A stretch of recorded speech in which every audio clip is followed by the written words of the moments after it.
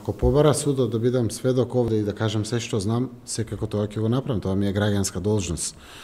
Суштината на коментарот кој што ќе го дадам, прво треба да знаат граѓаните сите материјали, не само тие за Монструм, сите што сум ги поседувал, вклучително за Зоран Заев, Бранко Црвенковски, Сугаревски, Шикеринска, се е предадено таму.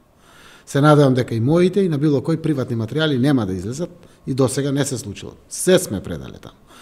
Во тој дел, јас заради чувството на родители што изгубиле деца, навистина покажав разговори во просториите на СДСМ, каде што видовме како едно од осумничените лица или во еден дел од постапки осудени лица,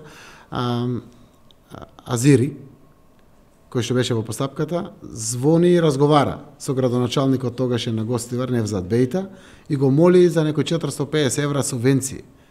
Ургира за субвенции во земјоделството, има овци, веројатно, не знам, има некои штали, и тоа е разговорот, јас го покажав тој разговор.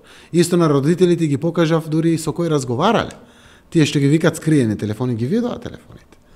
И на крајот сето тоа е предадено. Но Зоран Заев не може да биде истражител, не може да биде обвинител, не можем да бидам јас тој кој што ќе дава оценки или слично.